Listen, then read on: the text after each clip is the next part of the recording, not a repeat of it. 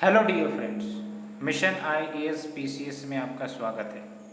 Basically daily basis पे मैं answer writing practice करवाने की सोच रहा था। मैंने आपको कमेंट सेक्शन में बताया भी था वीडियो के माध्यम से कि मैं जल्द ही आंसर राइटिंग प्रैक्टिस शुरू करने वाला हूँ। तो बेसिकली आपके लिए एक बेनिफिशियल सूचना वो ये कि मैं टेलीग्राम चैनल पर रोज़ डेली बेसिस पे आपको एक क्वेश्चन प्रोवाइड करूँगा एंड अल्टीमेटली आप वो आंसर लिख सकते हो और वो जो क्वेश्चंस होंगे वो बेसिकली इंपॉर्टेंट रेफरेंस बुक से होंगे as well as your previous year questions and you have to send your answers within 1 or 2 days to the mail which has been highlighted in my video. तो आप देख सकते हो ask2missionias@gmail.com। तो यहाँ पर आप अपने आंसर्स लिखकर हमें भेज सकते हो एंड वैसे भी उस क्वेश्चंस का डिस्कशन मैं आपको वीडियो के माध्यम से प्रोवाइड कर दूंगा। तो there is no any issue, you can write it and I will review the answer copy of yours up to maximum 10 persons. तो आप जितनी जल्दी हो सके तो आप लिख के भेज सकते हो। First come first serve basis पर होगा ये। मैक्सिमम 10 कॉपीज़ रिव्यू की जाएंगी, ठीक है। तो यहाँ पर आप देख सकते हो जो भी मेरे इस इनिशिएटिव के डिटेल्स है। Daily I will post 1 mains questions on my Telegram channel. तो आप टेलीग्राम चैनल से जुड़ सकते हो, लिंक मैं आपको डिस्क्रिप्शन बॉक्स में डाल दूंगा एंड वहाँ पर आप राइट कर सकते हो, सबमिट कर सकते हो। तो देख सकते हो after due checkups maximum 10 answers evaluation and मैं आपको रिप्लाई करूँगा, ठीक है। और एक बात तो आपको ध्यान रखनी ही हो कि practice makes a person perfect. कोई भी व्यक्ति जन्मजात परफेक्ट होता नहीं है, उसे बनना पड़ता है, ठीक है। और वो कैसे बनेगा, जब लगातार वो प्रैक्टिस करता रहेगा। किसी भी चीज़ या किसी भी फील्ड में आप होते हो उसमें प्रैक्टिस बेहद ही ज़रूरी है। पुरानी सेइंग है but it is always true. So without delaying let's start our question. The first question deals with what are the basic functions of the constitution and illustrate in the context of Indian constitution. तो आपको ही पता है कि basic functions क्या होते हैं constitution को and कुछ एग्जांपल्स हमें देने हैं, इलस्ट्रेशंस देने हैं। तो क्या अप्रोच रहेगी? तो सबसे पहली बात यहाँ पर पूछ रहा है basic functions of the constitution. तो जाहिर सी बात है हमें कॉन्स्टिट्यूशन को डिफाइन करना पड़ेगा ना, कॉन्स्टिट्यूशन मतलब क्या, ठीक है। एंड उसके बाद हमें बेसिक फंक्शंस क्या है कॉन्स्टिट्यूशन के, क्या होते हैं with respect to Indian context, उसको हमें देखना है। उसके बाद कुछ कंक्लूजन डाल देनी है। तो सिंपल सा मैं आपको आंसर बताऊंगा, ज़्यादा कोई कॉम्प्लिकेशन होगी नहीं। तो जब हम कॉन्स्टिट्यूशन की बात करते हैं तो क्या मतलब होता है, आप ही बताओ। Yes you are right, constitution is the supreme law of land, यानी कि इससे ऊपर कोई लॉ हो ही नहीं सकती। यानी कि कोई भी लॉ पार्लियामेंट या स्टेट लेजिस्लेचर या फिर कोई अदर अथॉरिटी के द्वारा बनाई जाती है तो that law will be accordance with the constitution, ठीक है। वो कॉन्स्टिट्यूशन को वायलेट नहीं कर सकता। इसीलिए आप देखते हो सुप्रीम कोर्ट हो या फिर हाई कोर्ट हो, वो कोई भी लॉ को इंटरप्रेट करते हैं तो एज पर द कॉन्स्टिट्यूशन होता है। तो ये तो बात आपको पता है ही, ठीक है। And it is a fundamental organizing principle of a political state. Political state यानी कि देश की बात हो रही है, तो कोई भी देश होगा उसके लिए तो एक कॉन्स्टिट्यूशन होगा ना, उसी कॉन्स्टिट्यूशन पर वो देश चलेगा, ठीक है। एंड एक प्रकार से ये लीगल बेसिस प्रोवाइड करता है किसी भी पॉलिटिकल सिस्टम का। यानी कि कहने का मतलब जो भी पॉलिटिकल सिस्टम, चाहे हमारे देश की बात कर लो, लेट्स से पार्लियामेंट्री सिस्टम है, या फिर अमेरिका की बात कर लो प्रेसिडेंशियल सिस्टम है, तो उसको लीगल बेसिस या फिर लीगल सैंक्टिटी कि भाई साहब ये जो सिस्टम है ना, ये कोई एडोवेडो सिस्टम नहीं है बल्कि कॉन्स्टिट्यूशन के आधार पर ये सिस्टम है कि हाँ हमारा संविधान बोलता है कि पार्लियामेंट्री सिस्टम ऑफ गवर्नमेंट है, that's why we follow the parliamentary system of government. साथ ही साथ सोसाइटियल एंड इकोनॉमिक सिस्टम क्या होगी हमारे देश की, क्या हम कैपिटलिस्ट होंगे, क्या हम सोशलिस्ट होंगे, क्या हम मिक्स्ड होंगे, वो सब कहीं ना कहीं हमें कॉन्स्टिट्यूशन से ही देखने को मिलती है। And commonly determines how that entity is to be governed, यानी कि जो हमारा देश है या फिर जो पीपल है, जो इंस्टीट्यूशन है, वो कैसे गवर्न होंगे वो भी आपको संविधान से मिल जाता है, ठीक है। एंड भारत में जो कॉन्स्टिट्यूशन है वो आपका कॉन्स्टिट्यूएंट असेंबली के सदस्य सब ने मिलकर उसे तैयार किया है। रिग्रेस डिबेट्स हुई थी, various experts like BR Ambedkar साहब ठीक है, सब शामिल थे एंड अल्टीमेटली उन सबों ने कंट्रीब्यूट किया to the making of the constitution. तो ये तो मैंने इंट्रोडक्शन को डिस्कस किया, लेकिन ध्यान रखना है जब हम इंडियन कॉन्स्टिट्यूशन की बात करते हैं तो ये वेरियस सोर्सेज से बोरो की गई है, लेकिन सबसे ज़्यादा जो प्रोविजंस इंक्लूड किए गए हैं वो है आपका गवर्नमेंट ऑफ इंडिया एक्ट 1935। इसके बारे में आपने पढ़ा भी होगा, ठीक है, अपने हिस्टोरिकल बैकग्राउंड में जब हम डिस्कस करते हैं। तो आगे वैसे भी पॉलिटी के न्यू लेक्चर सीरीज में हम उसे डिस्कस करने ही वाले हैं।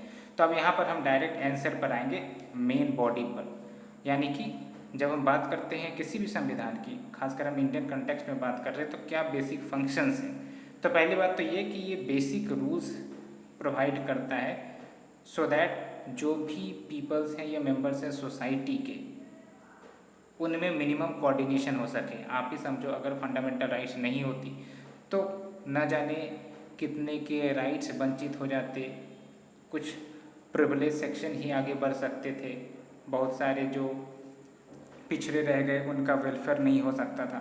तो कहने का मतलब एक बेसिक रूल्स प्रोवाइड करते हैं कि हाँ, कोई भी गवर्नमेंट होगी, कोई भी इंस्टीट्यूशन होगी तो उसको एक पार्टिकुलर वे में वर्क करना है, ठीक है, एक particular rule of law follow कर कर आगे चलना है। तो ये जो सेट ऑफ बेसिक रूल्स है ना, उसको ये प्रोवाइड करता है। साथ ही साथ ये आपको प्रोवाइड करता है कि आखिरकार जो डिसीजन लेने की पावर है, चाहे वो लॉ बनाने की बात हो या फिर लॉ इम्प्लीमेंट करने की बात हो, वो किसके हाथों में। तो it specifies who is the power to make decisions in a society, ठीक है। जैसे हमारे देश में आपको भी पता है कि जो पार्लियामेंट है इंडिया की, उसको एम्पावर की गई है कि वो लॉ बना सकते हैं। साथ ही साथ अदर एग्जाम्पल्स ले तो इलेक्शन कमीशन ऑफ इंडिया, उसको एम्पावर की गई है कि वो इलेक्शंस कंडक्ट कर सकते हैं। उसी प्रकार से वेरियस कॉन्स्टिट्यूशनल बॉडीज की एग्जांपल आप ले सकते हो, सुप्रीम कोर्ट की एग्जांपल ले सकते हो, हाई कोर्ट की एग्जांपल ले सकते हो। तो कहीं ना कहीं ये हमें बताता है कि power to make decisions in a society किसके हाथों में। तो एक ये फीचर्स हो गया आपका, ठीक है। एग्जाम्पल जरूर लिखना है आपको। साथ ही साथ कोई भी कॉन्स्टिट्यूशन होगा ना, वो कहीं ना कहीं गवर्नमेंट पर, अथॉरिटी पर लिमिट लगाएगा ही लगाएगा। तो कहीं ना कहीं इंडियन कंटेक्स्ट में भी क्या होगा, definitely it sets some limits on what a government can impose on its citizen. ऐसा नहीं कि गवर्नमेंट जो मन चाहे वो कर सकती है। वो पहले होता था राजा के समय में, किंग के समय में, कि राजा जो चाहे वो हो गए, क्योंकि पहले कोई रूल ऑफ लॉ नहीं थी। लेकिन अब कहीं ना कहीं कॉन्स्टिट्यूशन एक प्रकार से रूल ऑफ लॉ प्रोवाइड करता है, तो गवर्नमेंट को भी लिमिट करता है कि ना भाई साहब, आप एक एक्सेस लिमिट क्रॉस नहीं कर सकते। That's why we have the basic principles या basic features of the constitution, जो सुप्रीम कोर्ट ने भी कहा था कि it can not be altered in the constitution, ठीक है। आप कुछ भी चेंज कर सकते हो लेकिन basic features of the constitution change नहीं कर सकते। ये तो सुप्रीम कोर्ट ने भी कहा था। तो ये जो बेसिक फीचर्स आए ये क्या है, ये कहीं ना कहीं लिमिटेशंस लगाती है गवर्नमेंट के ऊपर, ठीक है। तो ये ध्यान रखना है। एंड ये जो लिमिटेशन है on the power of government, ये फंडामेंटल है फॉर डेमोक्रेसी। आप हमें बताना कि कैसे ये डेमोक्रेसी के लिए फंडामेंटल है, मूल नींव है, ठीक है। एंड साथ ही साथ ये जो आपकी कॉन्स्टिट्यूशन है वो इनेबल्स करते हैं गवर्नमेंट को कि वो जो सोसाइटी के एस्पिरेशंस है उसको फुलफिल करो। That's why we have the DPSP, directive principle of state policy. वो बोलते हैं कि भाई साहब कहीं ना कहीं आपको सोशियो इकोनॉमिक वेलफेयर करना है, ठीक है, redistribution of wealth and income करना है। तो ये सब DPSP में जो लिखा हुआ है वो क्या एक प्रकार से बताता है, ये डायरेक्ट करता है गवर्नमेंट को कि आपको जो सोसाइटी के एस्पिरेशंस है, क्या क्या एस्पिरेशंस है, जस्टिस, इक्वलिटी, इन सबको फुलफिल करना है। एंड जस्ट सोसाइटी, यानी कि जस्टिस बेस्ड सोसाइटी क्रिएट करनी है।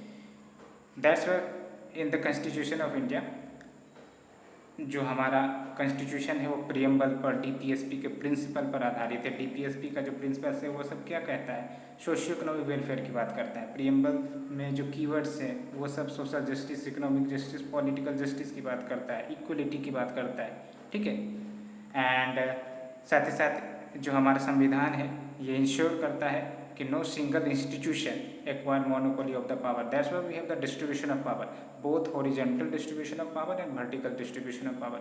When we talk about the horizontal distribution of power, तो इसका मतलब ये हुआ कि जो पावर है वो डिफरेंट इंस्टीट्यूशन में डिस्ट्रीब्यूटेड है। जैसे we have the legislature which makes the law, the executive which executes the law, which implement the law, and the judiciary which monitors the law, ठीक है, इसी के लिए हम इनको कस्टोडियन ऑफ द कॉन्स्टिट्यूशन कहते हैं, ठीक है।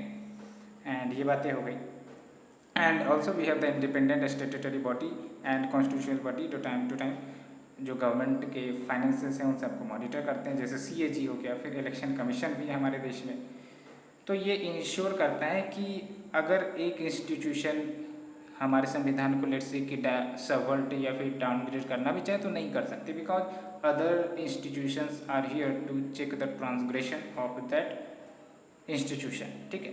तो ये सब कुछ बेसिक फीचर्स रहे हैं। कंक्लूजन के रूप में आप लिख सकते हो कि जो कॉन्स्टिट्यूशन है एक प्रकार से राइट बैलेंस प्रोवाइड करता है between the values, norms, procedures and साथ ही साथ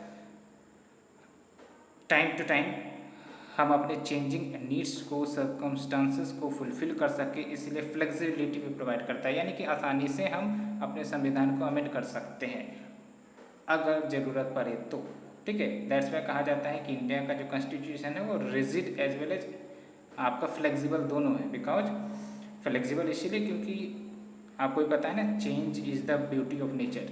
बदलाव तो होना ही है, चाहे सोसाइटी में हो, चाहे आर्थिक बदलाव हो, चाहे वो राजनीतिक बदलाव, तो इतने सारे बदलाव हुए हैं, अब उसको जगह देना है कॉन्स्टिट्यूशन में, ठीक है। तो उसके लिए कहीं ना कहीं संविधान को एक सर्टेन लिमिट तक फ्लेक्सिबल भी होना पड़ेगा। तो डेट्स बाय रिकॉग्नाइजिंग कि चेंजिंग नीड्स एंड सर्कमस्टांसेस होते हैं किसी भी सोसाइटी में, दैट्स वाई फ्लेक्सिबिलिटी दिया गया है to the amendment of the constitution, हम उसे अमेंड कर सकते हैं। That's why it is also called a living document. तो आप बताओ हमें कैसा लगा ये सीरीज या इनिशिएटिव। इसी प्रकार से हम नेक्स्ट क्वेश्चन आपको टेलीग्राम चैनल पर पोस्ट कर देंगे, आप उसका आंसर लिख सकते हो, हमारे मेल आईडी पर भेज सकते हो। We will verify that and we will give you the response in 1 or 2 days. So how was this initiative? Please do comment, and next we will post the polity question as well. We will do in series wise. That is, first we will cover the polity section, then we will cover other topics. So friends, for now it is over. Thank you very much for your cooperation. Please do like, share and comment.